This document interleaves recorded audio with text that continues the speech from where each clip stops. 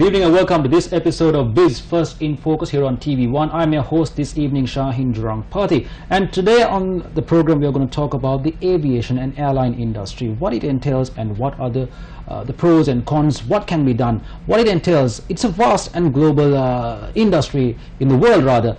And to talk about these matters, we are joined by the faculty head of cabin crew and image consultancy at Sri Lankan Aviation College, a rather pleasant looking face, Joanne Jayama. Joanne, thank you for joining us on the show. Thank you, Shaheen, for having me here. Joanne, first and foremost, Sri Lankan Aviation College, what exactly can you tell us about your institute?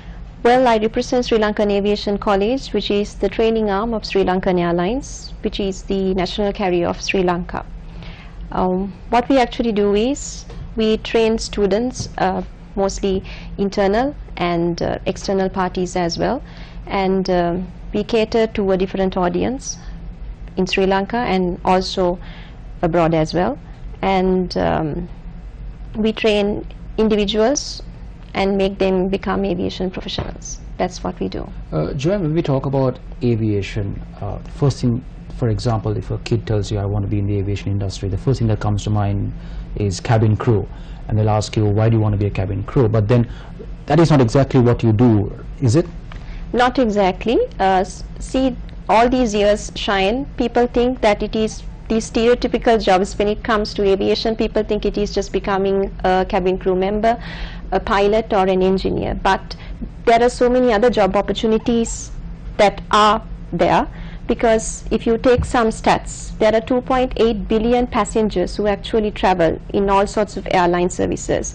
Hence there are so many job opportunities created as well. So now with Sri Lankan Aviation College, what we do is we actually train them to become professionals in different aspects.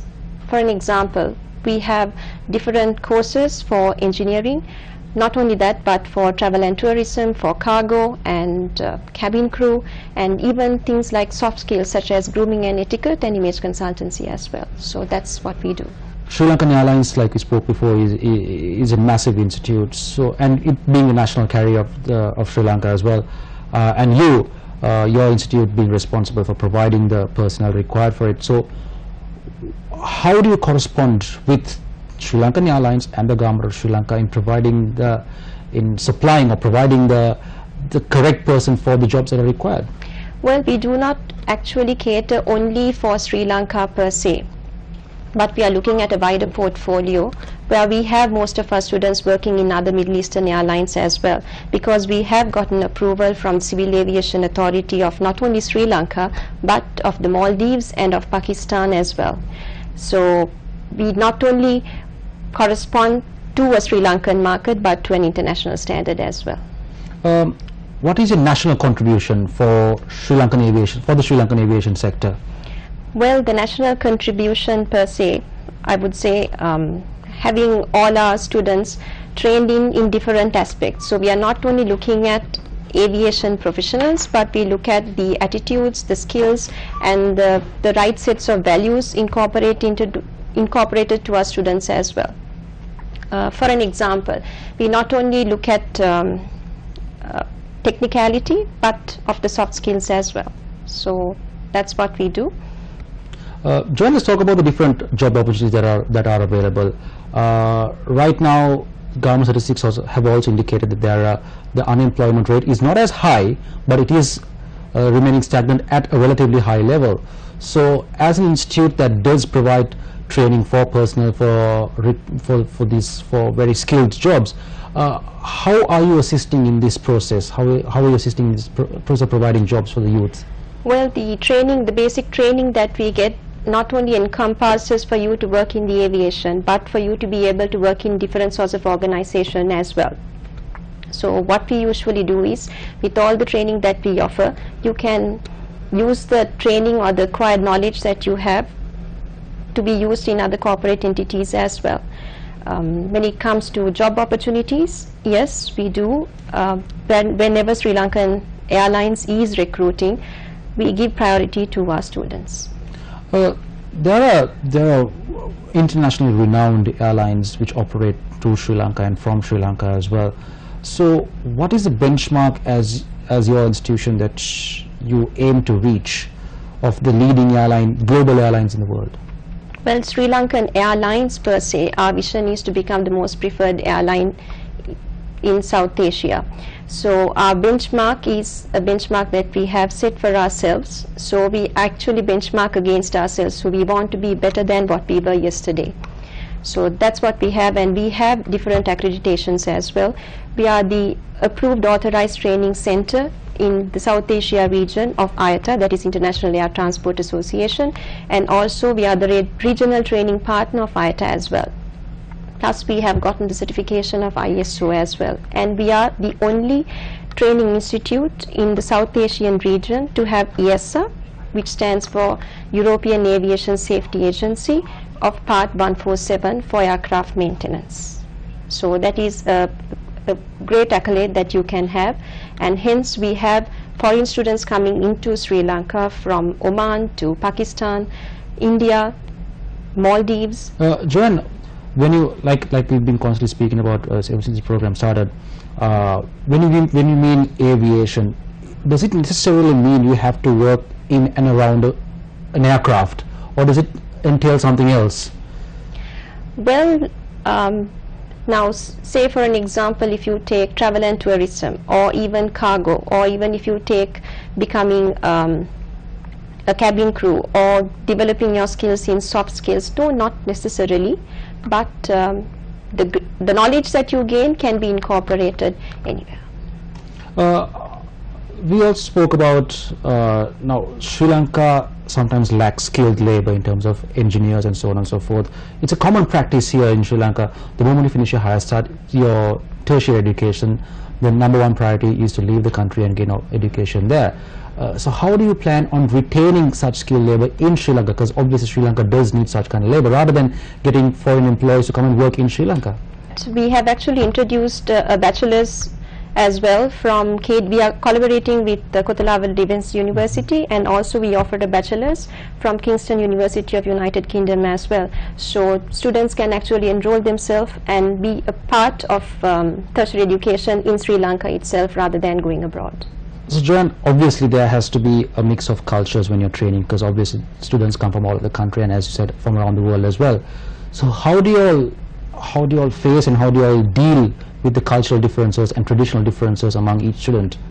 Well, as you know, Shine, all of us are known for Sri Lankan hospitality, and so far in any of our trainings, or for all the 35 years that we have been in this industry, it has never been an issue for us, and it's actually their second home, and we've always welcomed them with open arms, and they've always been very happy, and we haven't had cultural issues as such.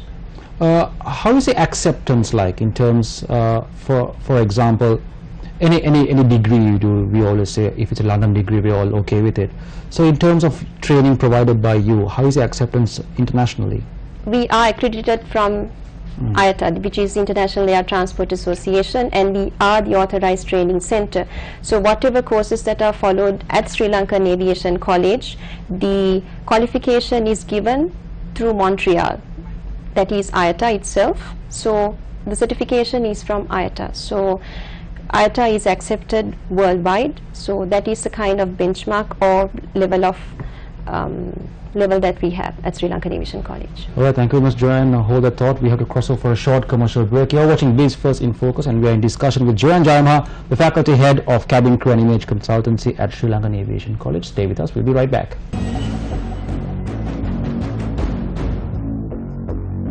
Hello, welcome back to Biz First in Focus. We are joined by Joanne Jayamha, the faculty head of Cabin Crew and Image Consultancy at Sri Lankan Aviation College.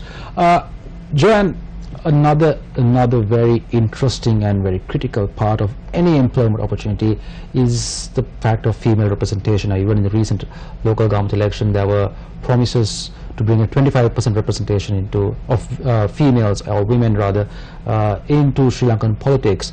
So having said this, and this also being the week for women and us celebrating International Women's Day a couple of days ago, what are you all doing as an academy to empower women into these various fields of interesting jobs? Well, Sri Lankan Aviation College had actually given a whole new meaning to the word empowerment by having no boundaries or limitations when it comes to having females female representatives. For an example, we have female representations in all aspects or in all fields.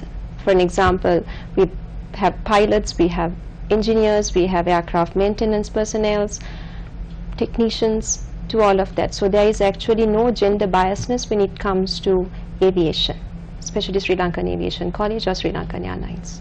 There is a misconception about certain cabin crew when it comes to certain people, I suppose, not everyone, certain people. How would you like to clear the mist in this in that particular region? Well, Shayan, it's a misconception that everyone has. So this is an industry or an airline where you are being exposed to a lot of things. You have a lot of free time, you earn your money and all of that. But when it comes to as you stated, the misconception, well, it is a personal thing, isn't it? I mean, you have people coming from all walks of life. It's just that since it's the aviation industry, sometimes when people talk about it, it is blown out of proportion as well. I come from a background of aviation, and it has never been an issue with any of my peers or any of my colleagues. So I think it's something that people misrepresent and miscommunicate away a lot than it should be. So what kind of measures have you all taken in terms of training the younger people you all do train to face these misconceptions like we used before? So what exactly do you all do? What kind of training do you all? Well, we are not only looking at the safety aspects or the technicalities, but we look at life skills as well. So we have an excellent pool of trainers who are certified in, if we look at technicality, from civil aviation authorities of Sri Lanka. But not only that, our pool of trainers actually becomes mothers, fathers, brothers, sisters to the students that we have. So it's not only technicality that we look at, but we look at life skills as well. So we are approachable. So any student who needs or requires attention or who needs to speak, we are always there for them. So that's how we assist them in this surgeon of life as well.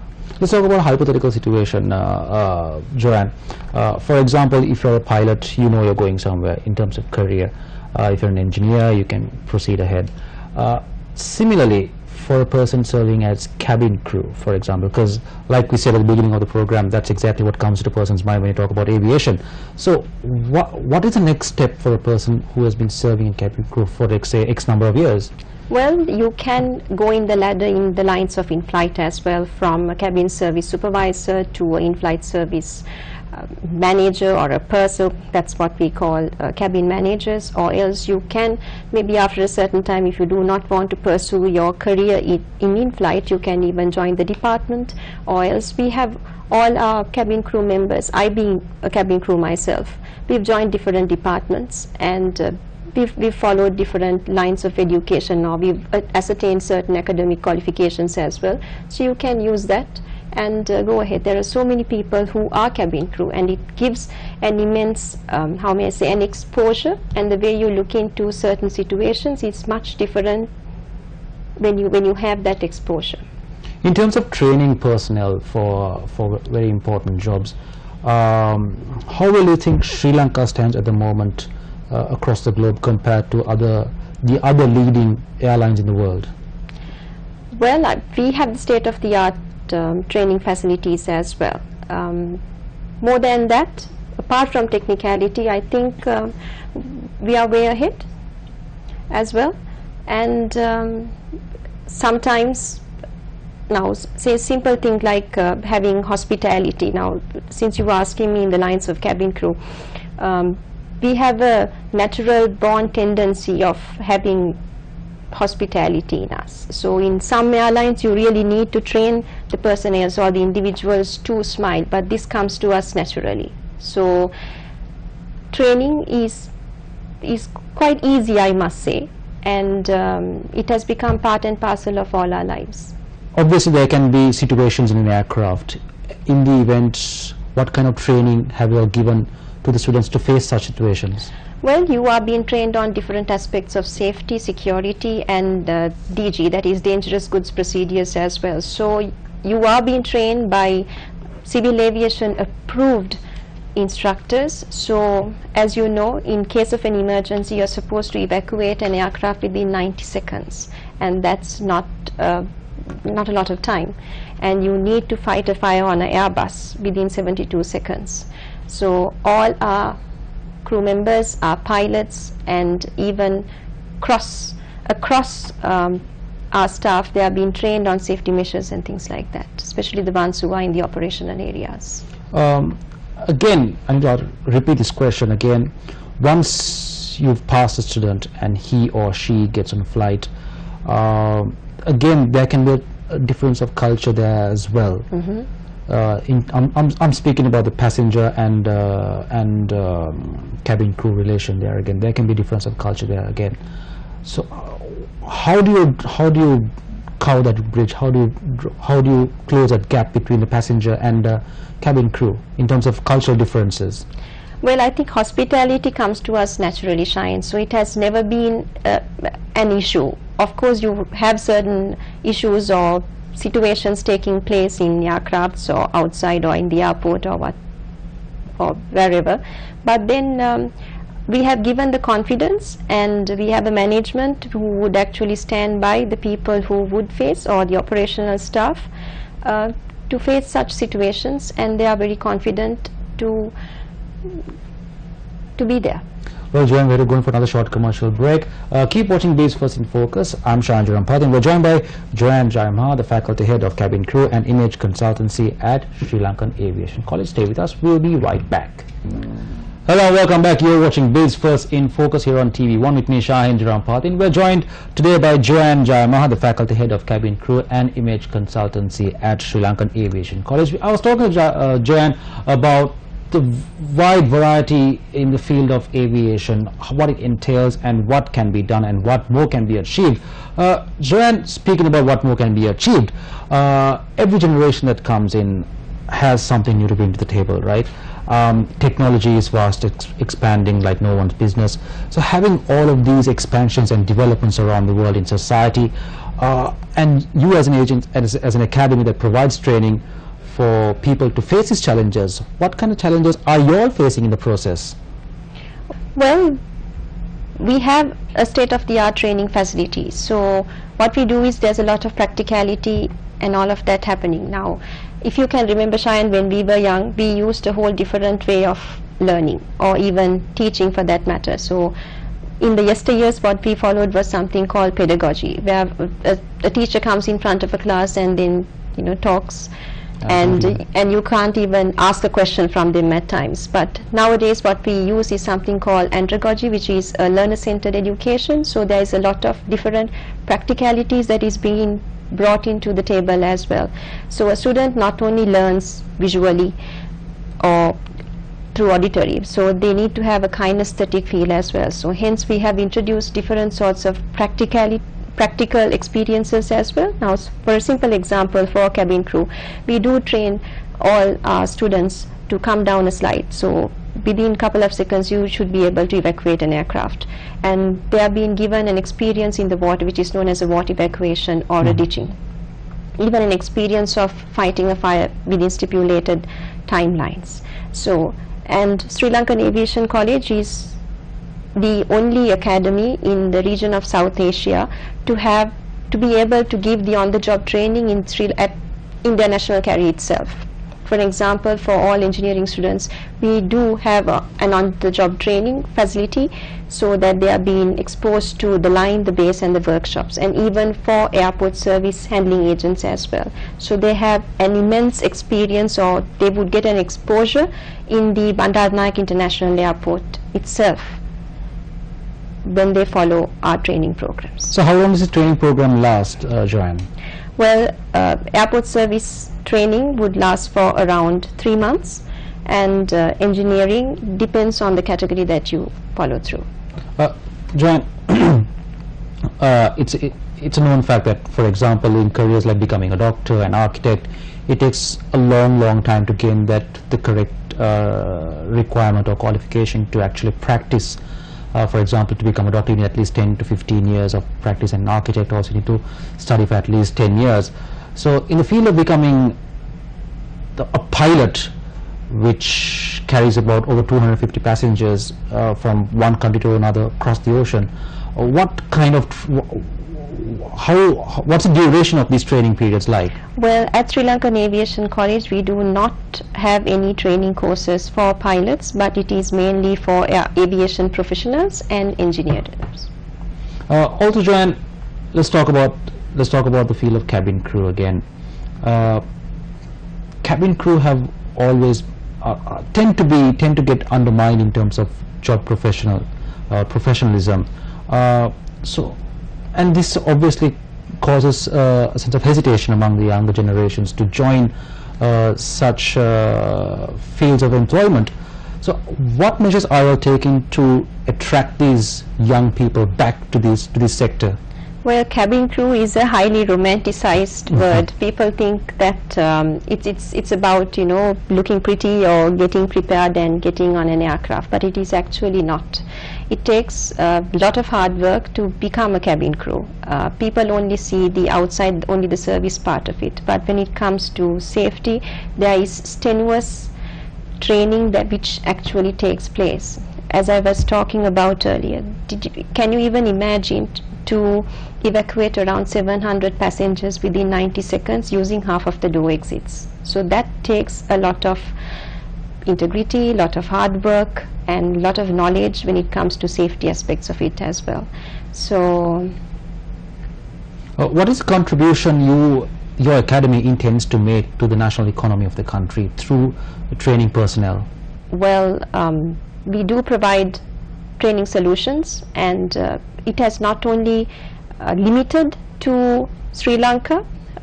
We actually cater for a larger market where our students are being employed in different airlines as well, and we have not limited ourselves to cabin crew, aircraft maintenance, or cargo, or travel and tourism, or airport services. We also have a portfolio for corporate training as well.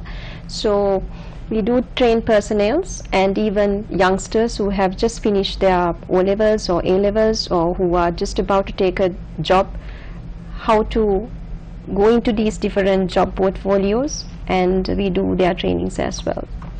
Joanne, now at the beginning of this segment I was talking about the change in generations from time to time, and how technological advances are a challenge to all men. Having said that, obviously it's a given fact that by 2020 things are going to change again, so you cannot actually be stagnant in terms of training services. So as an academy, what is your plan, for example, let's keep it short, for 2020 in terms of training employees to make Sri Lanka the aviation hub of the South Asian region? Well, as I was talking to you earlier as well, Shine, there are so many job opportunities created, more than 10,000, because with the 2.8 billion passengers traveling worldwide. These are statistics that has come from ICAO, which is International Civil Aviation Organization, and International Air Transport Association. So students are not only equipped with the training knowledge, but also with soft skills and life skills as well. So that is our contribution towards the... Well, thank you very much, Joanne, for joining us on the program this evening. Well, that was Joanne Jayamaha, the faculty head of cabin crew and image consultancy at Sri Lankan Aviation College. Thank you very much all of our viewers for watching today's program. I'm Shahin Jurampati, and you've been watching Biz First in Focus. Good night and take care.